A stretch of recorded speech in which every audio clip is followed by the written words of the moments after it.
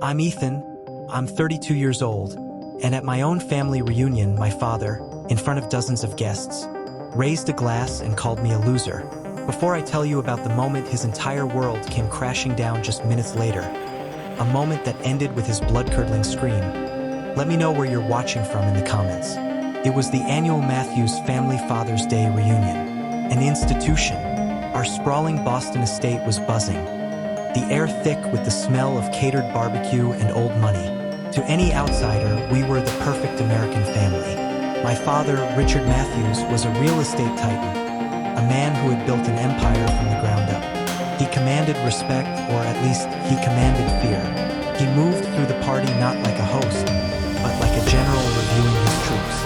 My older brother, James, was his golden boy, his heir apparent, already a vice president in the company. He stood a little too close to my father, laughing a little too loud at his jokes.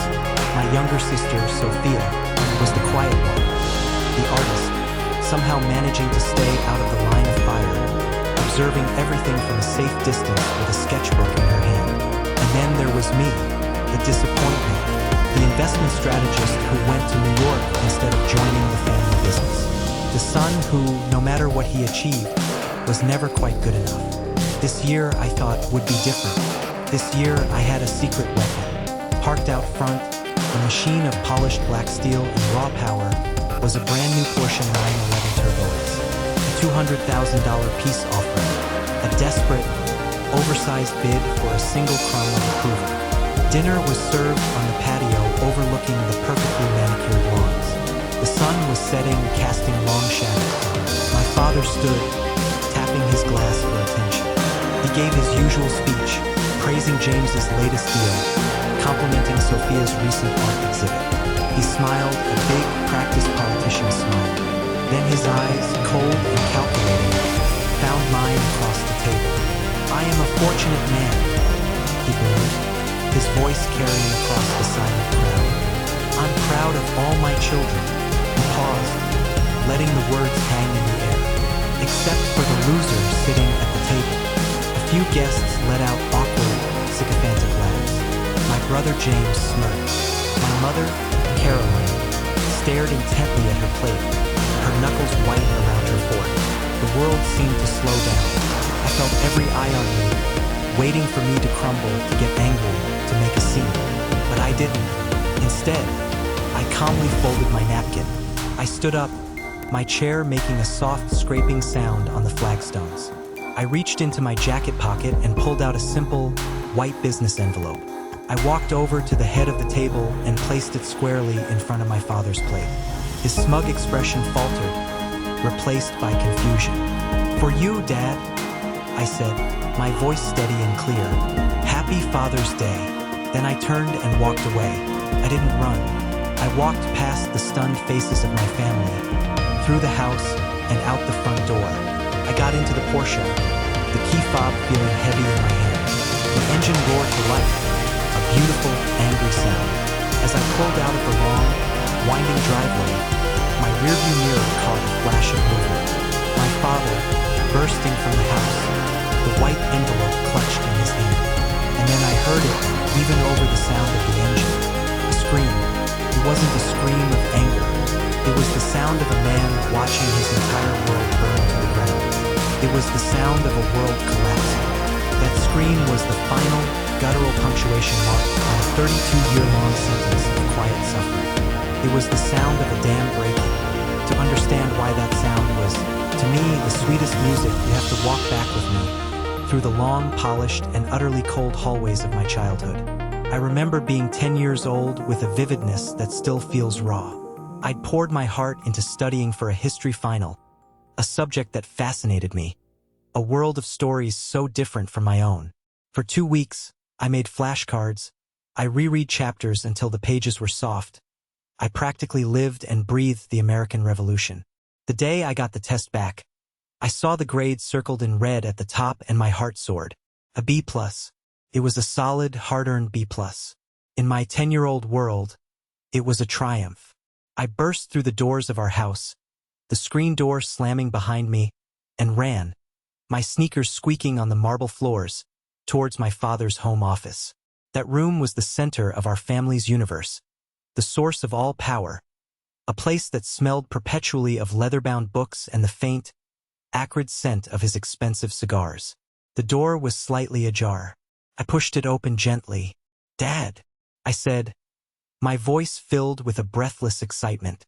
He was on the phone, his back to me, staring out the large bay window at his perfect lawn. He held up a single, imperious finger, telling me to wait. I stood there, vibrating with impatience, clutching the test paper in my sweaty hand. The paper felt like a golden ticket. He finished his call with a series of sharp, clipped commands, then swiveled his large leather chair around to face me. "What is it, Ethan?" he asked, his tone already laced with impatience. There was no warmth, just the tired sigh of a busy man being interrupted. "My history final, Dad. I got it back." I practically skipped over to his massive oak desk and held out the paper like an offering. He didn't look up from the documents he was already shuffling for a full 30 seconds that felt like an eternity. Finally, with an air of profound boredom, he took the paper from my hand. He didn't really look at it. His eyes just glanced at the grade, a flicker of acknowledgement, before he tossed it back onto the polished surface of the desk. It slid and came to a stop next to his gold pen holder. "A B+, he said. His voice was completely flat, devoid of any emotion. Why wasn't it an A? He didn't wait for an answer. He swiveled his chair back to his papers, the silent dismissal a physical blow. The conversation was over. I stood there, frozen, the golden ticket in my hand now feeling like a piece of garbage. The pride and excitement that had filled me up just moments before drained away, leaving a familiar, hollow, cold shame in its place. I learned the fundamental law of the Matthews house in that moment. Love was not a right, it was a reward for performance. And the only acceptable performance was perfection. Second place was just the first loser. James, my older brother, understood this currency. He was a master of the game. He played quarterback, he dated the head cheerleader, he got the A's, and he went to Wharton, our father's alma mater, without a second thought.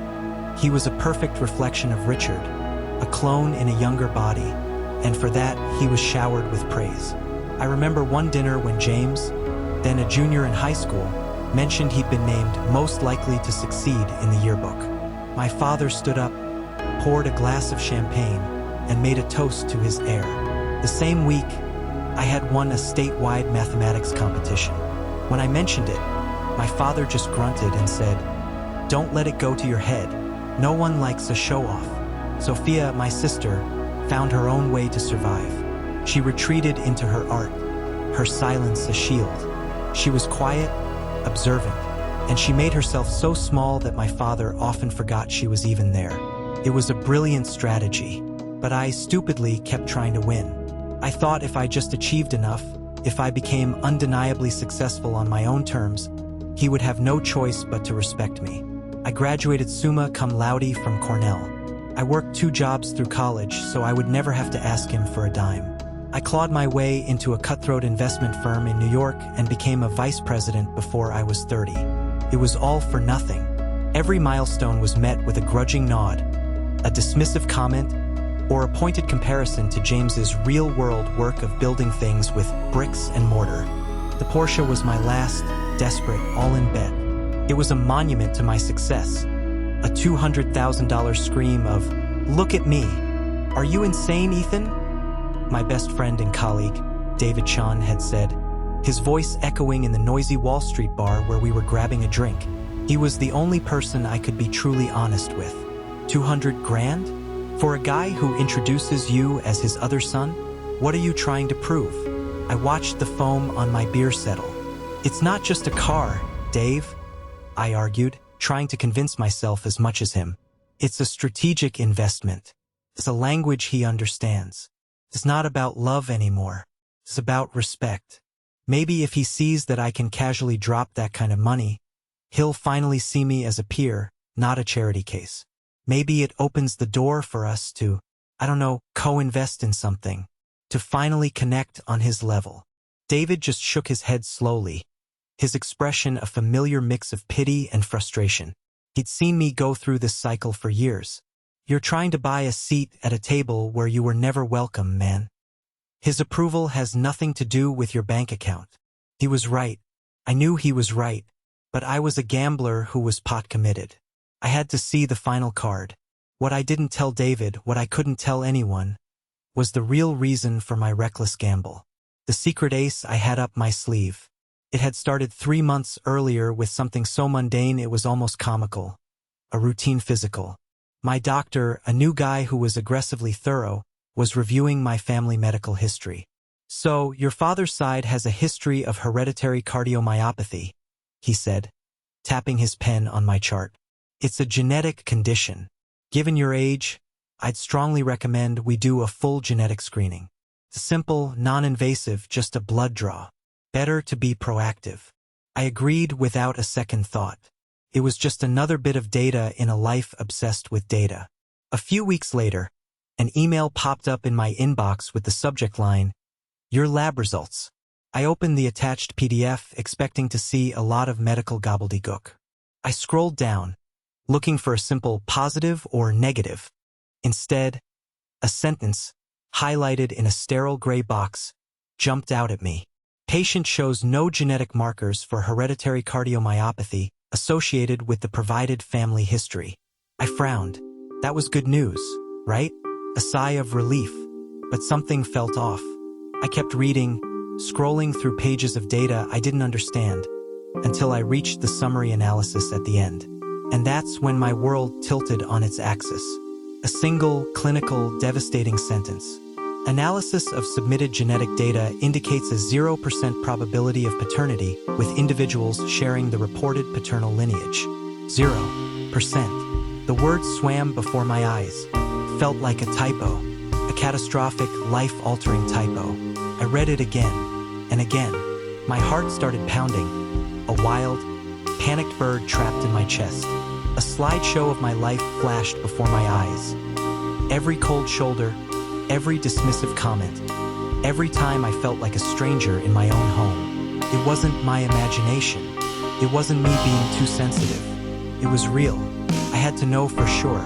This couldn't be some anonymous lab error. The following weekend, I flew home to Boston. I told them I wanted to take them out for an early Father's Day dinner. It was a perfect lie. While they were getting ready, I executed my plan. My hands were sweating, my heart thumping so loudly I was sure they could hear it upstairs. I walked into their master bathroom, a room bigger than my first New York apartment. His silver-backed hairbrush sat on the marble vanity. It felt like a profound violation, a crossing of a line I could never uncross. My fingers trembled as I carefully pulled a few strands of his dark, graying hair from the bristles. I sealed them in a small, sterile plastic baggie I'd brought from a pharmacy. I sent the sample to a different, highly reputable lab, paying an exorbitant fee for a rush paternity test. The week I waited for those results was the purest form of hell. I was a ghost at work. I sat in high-stakes meetings, nodding and giving analyses on autopilot, while my inner world was a screaming chaos. Every ping from my phone sent a jolt of adrenaline through me. The email arrived on a Tuesday morning. I saw the lab's name in the subject line and my blood ran cold. I walked into my office, shut the door, and stood there for a full minute, just staring at the screen before I could bring myself to click it open. There it was, a legal document, scientific, impersonal, undeniable. The alleged father, Richard Matthews, is excluded as the biological father of the child, Ethan Matthews. The probability of paternity is 0%. I sank into my chair. I didn't feel anger. I didn't feel sadness. I felt a strange, chilling, profound sense of calm. It was the calm of a detective who had spent his life chasing a ghost, only to find a signed confession. It all made sense. My entire life, every confusing and painful interaction, was suddenly cast in a new, brutally clear light. He wasn't my disappointed father. He was just a man who had been raising another man's son. And he had made damn sure, in 1,000 subtle and not-so-subtle ways, that I never ever forgot I was the outsider. That's when I picked up the phone and bought the Porsche. It was no longer a plea for love. It was a prop, A beautiful, expensive, perfectly chosen prop for the final act of a play that I was now directing. David had been wrong. I wasn't trying to buy his approval. I was setting the stage to watch him burn. The day of the party was a masterclass in suburban hypocrisy. The sun was bright. The hydrangeas were in full, glorious bloom, and the air was filled with the forced laughter of people who secretly couldn't stand each other. I arrived to see the Porsche, not tucked away in the garage as he had ordered, but positioned like a museum piece at the very end of the circular driveway. It was the first thing every guest saw. It was gleaming, magnificent, and it was a lie. Richard was already taking credit for it, accepting compliments with a magnanimous wave of his hand, as if he'd chosen it himself. A son knows his father's taste. I heard him boom to one of his golf buddies. The taste of bile rose in my throat. I spent the first hour playing my part, a ghost at my own family's feast. I nodded, I smiled, I shook hands. My Aunt Carol, my father's sister and the family's resident gossipmonger, cornered me by the overflowing raw bar. She was a woman who could turn a compliment into an insult with surgical precision. "Ethan, darling," she cooed, squeezing my arm with fingers that felt like talons. "That car is just, well, it's a lot, isn't it?" She gave me a pitying look. "You always try so hard to impress him. It's really very sweet. Most boys give up by your age."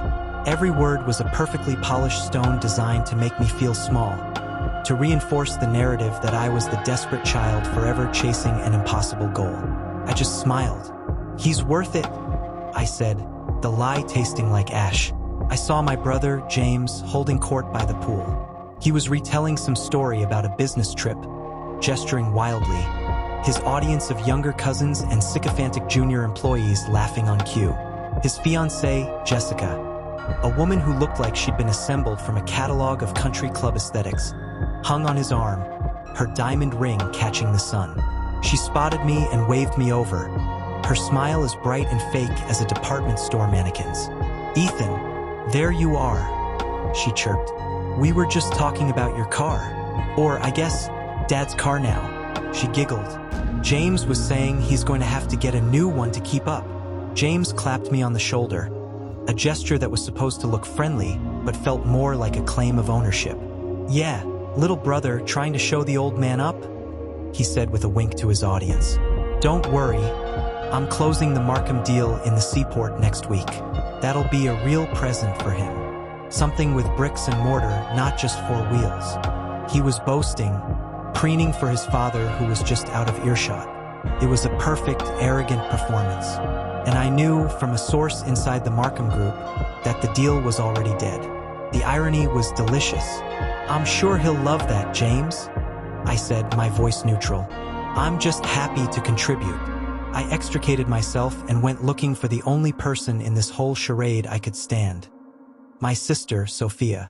I found her on the far side of the lawn, under the shade of a massive oak tree, sketching in her notepad. She was the only person here who wasn't performing. "Escaping the madness?" I asked, sitting down on the grass beside her. She looked up and gave me a small, genuine smile. "Always." She looked back toward the party, her artist's eyes missing nothing. "He's in rare form today, isn't he? The great king surveying his lands." "Something like that," I said. She grew serious, lowering her voice. "Ethan, be careful tonight. Seriously." "Why?" I asked, feigning ignorance. "I heard him on the phone this morning. He was screaming. Something about the Markham deal. Apparently, it completely fell through. James screwed up badly." She bit her lip, a nervous habit she'd had since she was a kid. "You know how he gets. When the golden boy tarnishes, he needs someone else to punish. And you're his favorite punching bag." Her concern was real, a small, warm spot in the icy landscape of the day. For years, she and I had communicated in this code, a language of warnings and shared, knowing glances. We were 2 survivors of the same shipwreck, clinging to the same piece of debris. "I'll be fine, Soph," I told her, trying to infuse my voice with a confidence I hoped was believable. "Don't worry about me. I can handle it." She didn't look convinced, but she let it drop. "Okay, just Stay out of his way. But I had no intention of staying out of his way.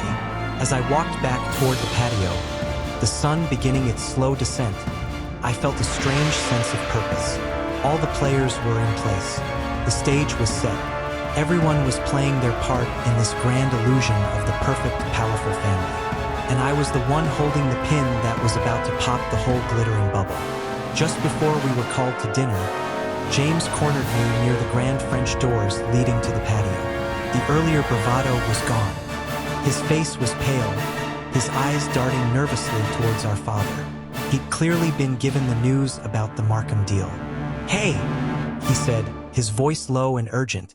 He was trying to sound intimidating, but it just came out as panicked. "Listen, Ethan.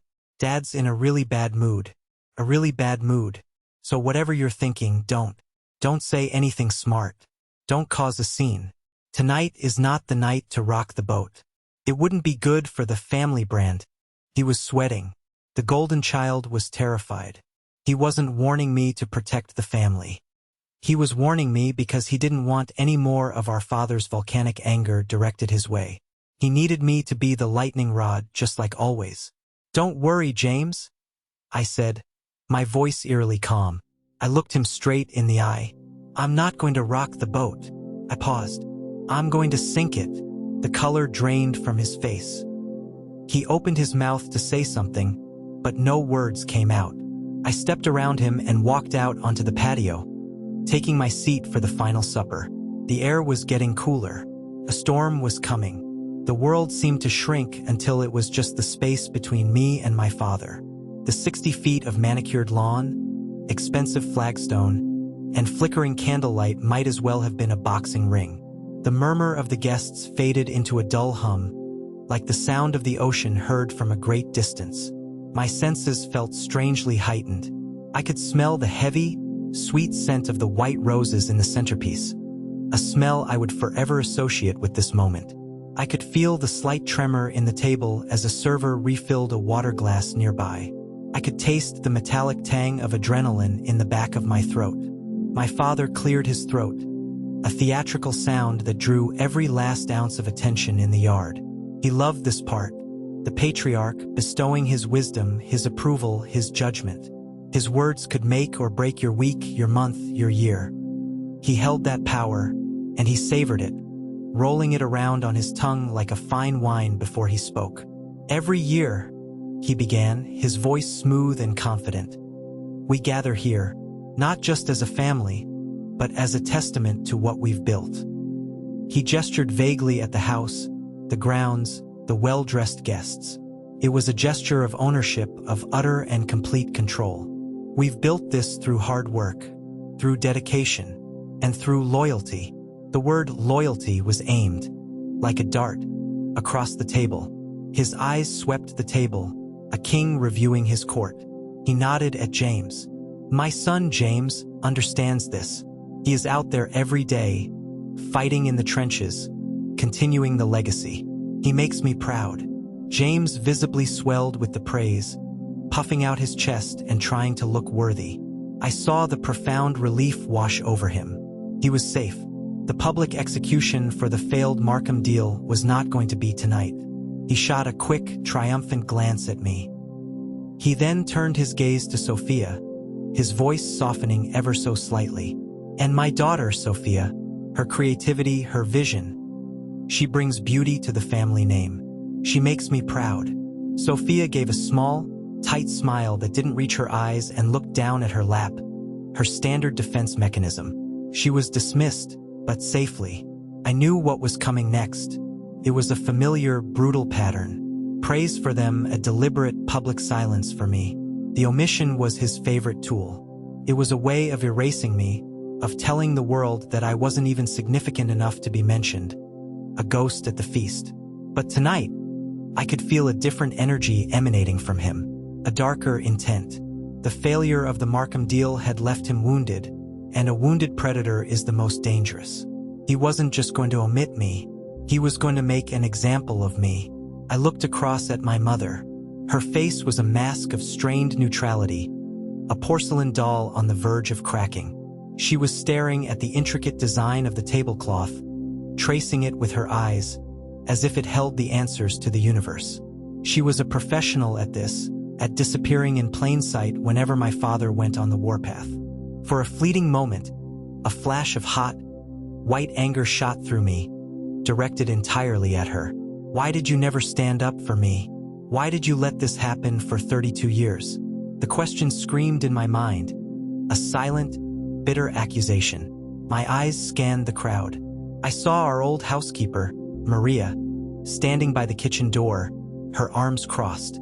She'd been with the family since before I was born. She had changed my diapers, bandaged my scraped knees, and slipped me cookies when my mother wasn't looking. She saw everything. Her eyes, deep-set and sad, met mine for a split second, and in them, I saw a lifetime of pity and sympathy. It was a silent acknowledgement, a confirmation from a third party that I wasn't crazy. My treatment wasn't normal. She saw it too. That small, almost imperceptible nod from her strengthened my resolve. The envelope in my breast pocket felt less like paper and more like a block of solid ice. I could feel its sharp corners, its weight against my chest. My entire life, I had come to these family gatherings armed with nothing but a desperate, pathetic hope. Tonight, I was armed with a fact as hard and undeniable as the granite foundation of the very house we were in. My father took another slow sip of his wine. He was drawing out the moment, building the suspense like a master showman. This was his stage, his production. He looked back at me, and a cruel, thin, anticipatory smile played on his lips. He was enjoying this. He was about to deliver the killing blow, and he wanted me to see it coming. I am a fortunate man, he repeated, his voice dropping slightly, becoming more intimate, more confessional, drawing the audience in closer. I'm proud of all my children. This was it. The line he'd practiced in his head. The words he'd carefully chosen to inflict the maximum possible damage in the most public way. My entire body tensed. My breath caught in my throat. The 10-year-old boy inside me, the one with the B+ history paper, was cowering, bracing for the impact. But the 32-year-old man, the one who knew the truth, just waited. I felt strangely disconnected, as if I were watching a movie of my own life. A movie whose explosive ending I had already written. The silence stretched, becoming a weapon in itself. And then, with perfect, devastating timing, he delivered the line. Except for the loser sitting at the table. The words didn't echo. They landed with a dead, heavy thud, sucking all the air out of the manicured patio.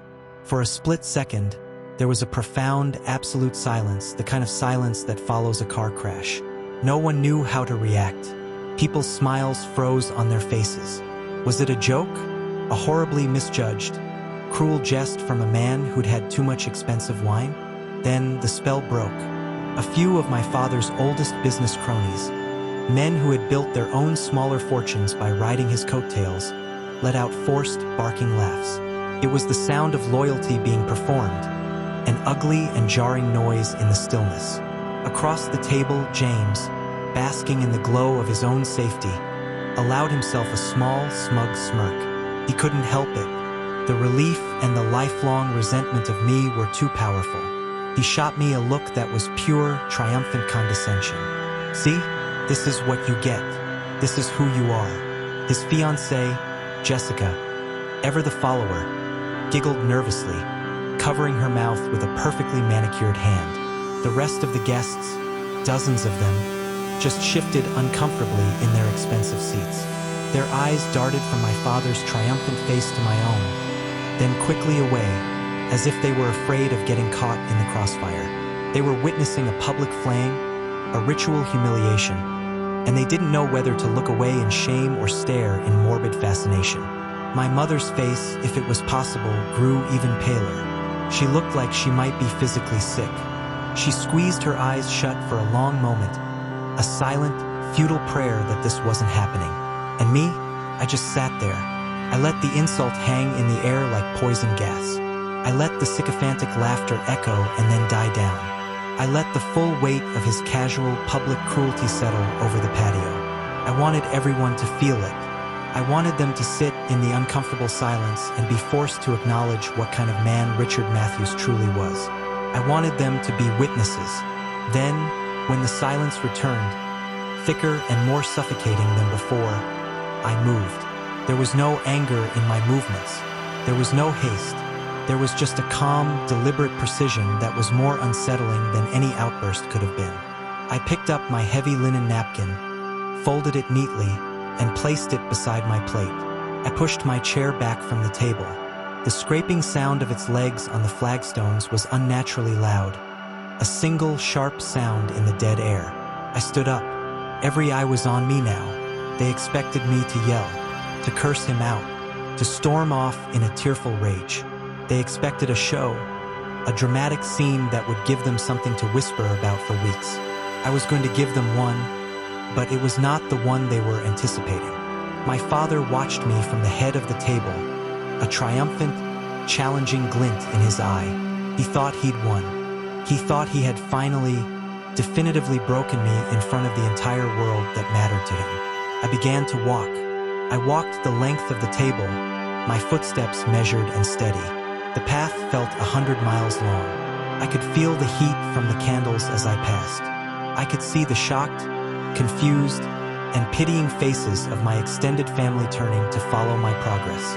I stopped directly beside my father's chair, so close I could smell the expensive wine on his breath and the faint, lingering scent of his cigar.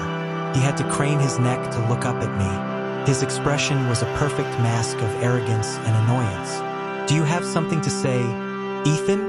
he challenged, his voice dripping with condescension, daring me to start a fight he knew he would win. I didn't answer him with words. I reached into the breast pocket of my jacket. My fingers closed around the crisp, white business envelope, felt cool and solid against my skin. Pulled it out.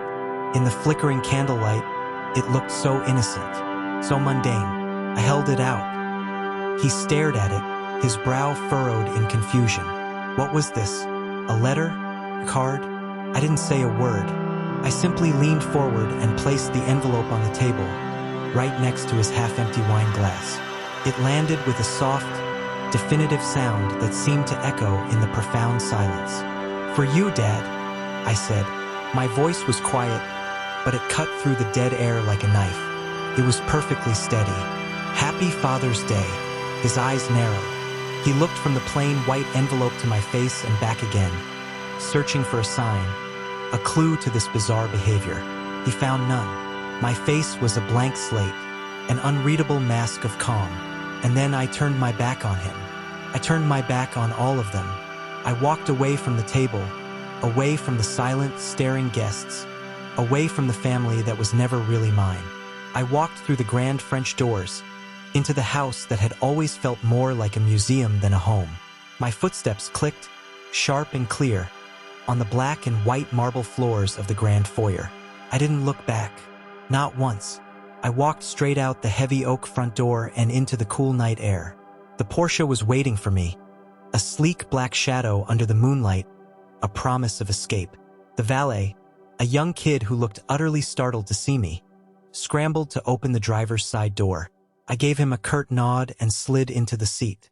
The rich smell of new leather filled my senses.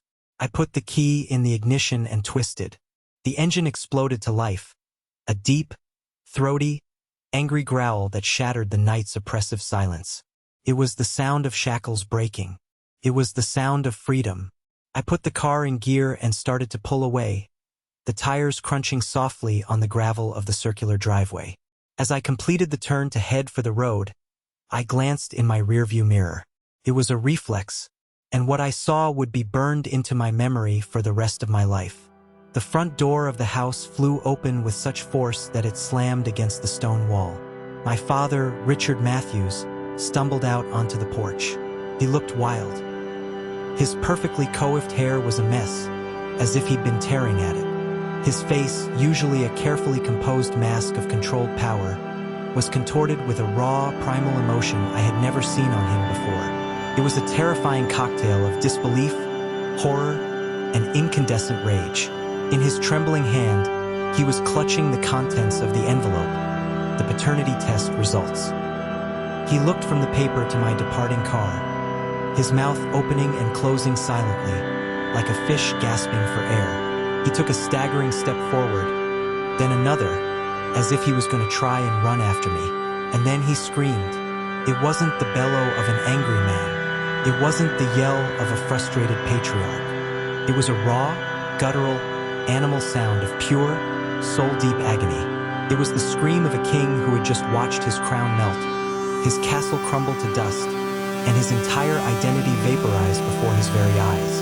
It was the sound of a lie he had built his entire world upon for 32 years, finally, violently detonating. I pressed my foot down on the accelerator. The Porsche leaped forward, eating up the long, tree-lined driveway. I didn't look back again. I drove into the darkness, leaving the sound of a scream and my entire former life behind me. I drove for what must have been an hour, maybe more. The city lights of Boston streaked past my windows, a blur of red and white and gold. I had no destination in mind. I just drove. The Porsche, the car that was meant to be my grand gesture of appeasement, had become my escape pod. Its engine was a low, comforting hum, the only sound in my self-imposed bubble of silence. I wasn't running from something. I was driving toward an unknown, undefined freedom.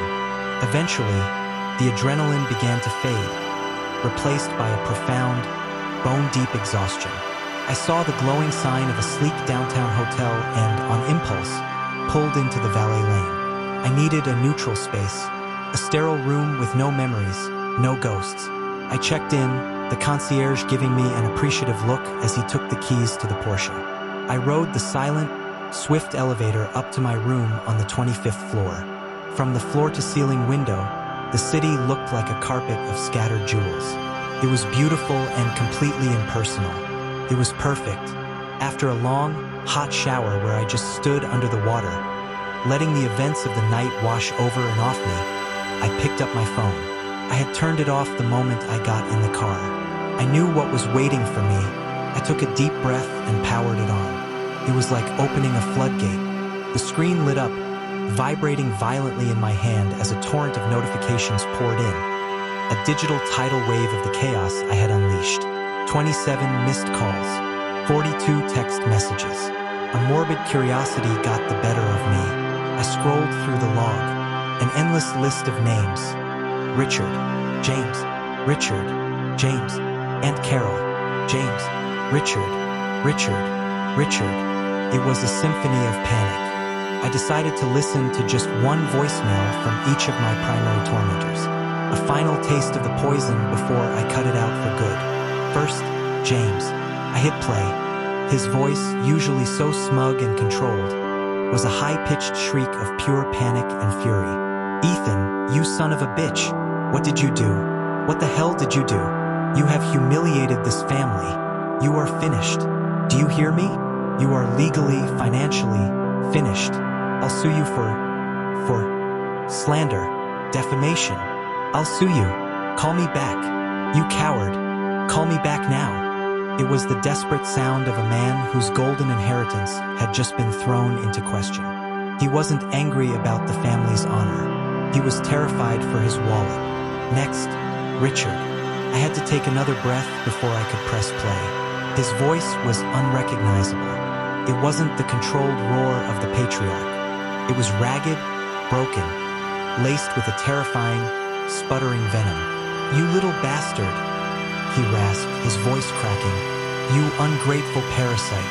After everything I did for you, everything I gave you, a roof over your head, my name, you think this is funny? You have no idea what you've done. You've destroyed this family. You've destroyed your mother. She's a wreck. This is all your fault. You are no son of mine. The last 4 words were choked out, a strangled sob of pure, unadulterated hatred. You are no son of mine. The very words that were, for the first time in my life, a profound and welcome relief. I calmly deleted both voicemails. I wasn't going to let their poison take root. Not anymore. I was about to turn the phone off again when an incoming call lit up the screen. It was Sophia, the only one I wanted to talk to. I answered. Ethan? Oh my God. Ethan, are you okay? Her voice was small and shaky, a child's voice. I'm fine, sophomore. I'm at a hotel downtown. I'm safe. I could hear shouting in the background of her call. A man's voice, raw and furious. It was Richard. Where are you? She whispered, clearly hiding in a closet or a bathroom. Don't worry about it. Tell me what's going on there, I said. She took a shaky breath. It's a war zone, Ethan. I've never, ever seen anything like it. After you left, Dad just stood there on the porch, shaking and making this horrible noise. All the guests, they just evaporated. They scurried away to their cars like rats. It was so quiet. Then James went out to talk to him, and he started yelling at Dad, asking what was going on. And Dad turned on him. Her voice dropped even lower. He slapped him, Ethan, hard, right across the face. He screamed at him. Even he was better at hiding things than you. He kept yelling that James was worthless, a failure. It was horrible. I felt a cold knot form in my stomach. The beast, wounded, was now devouring its own young. The foundation of their entire relationship, Richard's pride in his perfect son, had crumbled in a matter of minutes. What about Mom? I asked, my voice softer now. She locked herself in her bedroom. She won't come out. She won't talk to anyone, Sophia said, her voice cracking. Ethan, please just tell me, what was in that envelope? I paused, choosing my words carefully. The truth, sophomore, for the first time. Just the truth. I told her I was safe and promised I'd call her tomorrow. After we hung up, I sat in the profound silence of the hotel room. The glittering city lights my only company. The chaos I had created was miles away, a distant echo. For the first time in my entire life, I felt a sense of peace. It wasn't happiness, not yet. It was the quiet that comes after a violent tornado has passed through, leveling everything in its path. The air finally was clear. I was about to turn my phone off for the night, for real this time, when one last message notification pinged. It wasn't an angry call. It wasn't a threat. It was a simple text message. From my mother. The words were typed out, small and black on the white screen, devoid of the emotion a voice would carry. But they hit me with the force of a physical blow. Ethan, I beg you.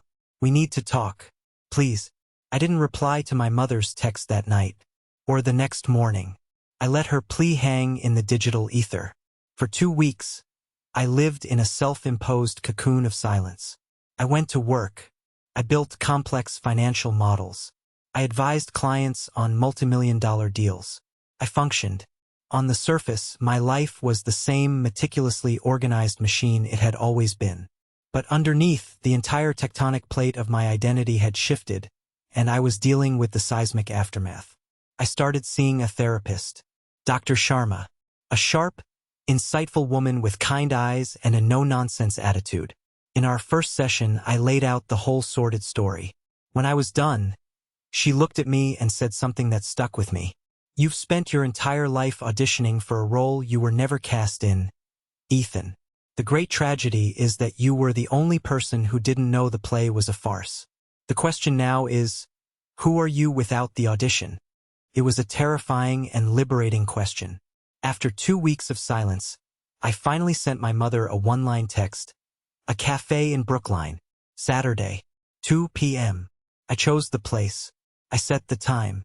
It was a small thing, but it was the first time in my life I had ever dictated the terms of engagement with my family. She was already there when I arrived, sitting at a small table in the corner. She looked smaller than I had ever seen her, stripped of the regal posture she always adopted as Mrs. Richard Matthews. She looked like a woman named Caroline. She looked tired, frightened. She clutched her coffee cup with both hands, as if it were a life raft. I sat down. The silence between us was heavy, thick with 32 years of unspoken words. Ethan, she started, her voice a fragile whisper. I am so sorry. I looked at her, my face a mask. I felt nothing, just a vast, cold emptiness. Sorry for what, Mom? I asked, my voice flat and clinical. Sorry for 32 years of lying? Or just sorry that I finally found out? The directness of the question seemed to shatter her composure. A tear escaped and traced a path down her cheek. Both, she choked out. God, Ethan. Both. And then the dam broke. In a torrent of words, a story filled with shame and regret and fear, the truth I had always deserved to hear finally came out. His name was Thomas Keller. He was her college boyfriend, her first love. An aspiring musician, a poet, the kind of romantic, impractical boy a girl like her was supposed to have a fling with before settling down with someone suitable. They were young, in love, with no plans beyond the next semester. Then she found out she was pregnant. Thomas, she said, panicked. He was 21, broke, and terrified. He wasn't ready to be a father. He disappeared. And right at that moment, Richard Matthews, a fiercely ambitious, ruthlessly determined young businessman who had been pursuing her for months, saw his opening. He wasn't romantic. He was a transaction. He made her an offer, a business proposal. He would marry her immediately. He would give the child his powerful, respected name. He would raise him as his own. He would provide a life of immense wealth, of security, of social standing. All he asked for in return was her absolute loyalty, and for the past and Thomas Keller to be buried so deep it could never be found. She was 20 years old, terrified, abandoned, and facing a scandal that would have destroyed her in their conservative world. She accepted the deal. He knew, I said. It wasn't a question. It was a statement. She nodded, tears streaming down her face now. He knew from the very beginning, and he used it, Ethan. He held it over me. It was his trump card. Every argument we ever had, every time I disagreed with him on how to raise you or James, every time I tried to stand up to him, he would remind me. He would say, "Don't forget who saved you, Caroline." And he could never, ever separate you from that. Every time he looked at you, he didn't see a son. He saw my mistake. He saw another man. The confession didn't bring the explosion of anger I expected. It just brought a profound, weary sadness. She wasn't a monster. She was a victim just like me, caught in the same gilded cage. Our relationship was a ruin, but for the first time it was a ruin built on a foundation of truth. We could perhaps build something new there. The next step was harder. I asked my mother for his name. With her help, I found Thomas Keller. He was a tenured music professor at a small liberal arts college in Vermont. I wrote him a letter. I typed it, edited it a dozen times. It was simple, direct, and clinical. I laid out the facts. I told him my name, my birth date, and my mother's name. I made no demands. I just stated that I believed he was my biological father and that I was open to communication. A week later, my phone rang with a Vermont area code. His voice was hesitant, reedy, full of a scholarly shock. We agreed to meet. The first meeting was in a generic diner off a highway in Vermont, a place chosen for its anonymity. It was excruciatingly, painfully awkward. He looked older, of course, his hair gray and thin, but I could see a younger version of my own face staring back at me. We both had the same long fingers, the same shape of the eyes. We talked about the weather, about his job, about my work in finance, which seemed to mystify him. We danced around the 32-year-old elephant in the room for a full hour. He had a wife, he told me, a fellow professor, 2 teenage daughters.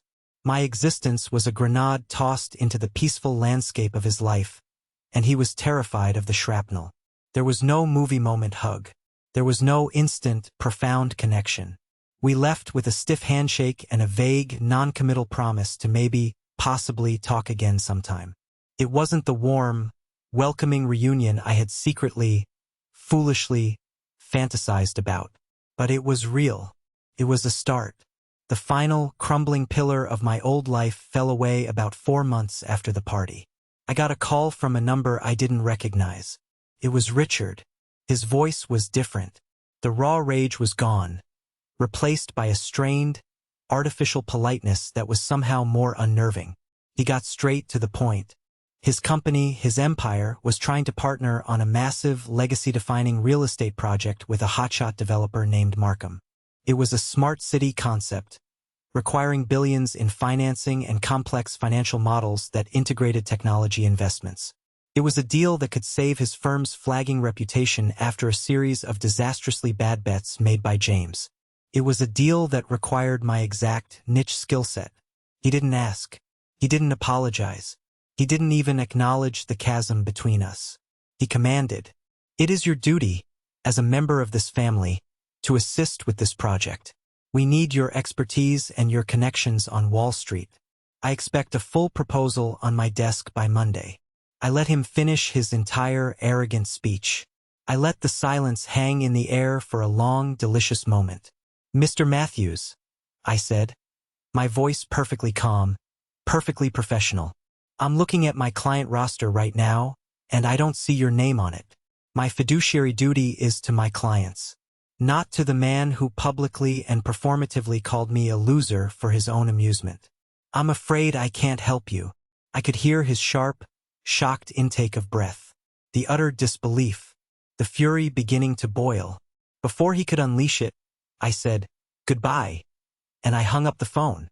Then I blocked his number. That was the real checkmate, not the DNA test, not taking back the Porsche. It was the calm, final, and absolute removal of myself from his board, from his game forever. Thanksgiving came. The thought of going to the estate was laughable. Instead, I drove to Sophia's new apartment in Cambridge. She'd moved out a month after the party, using the savings she'd confessed to me about.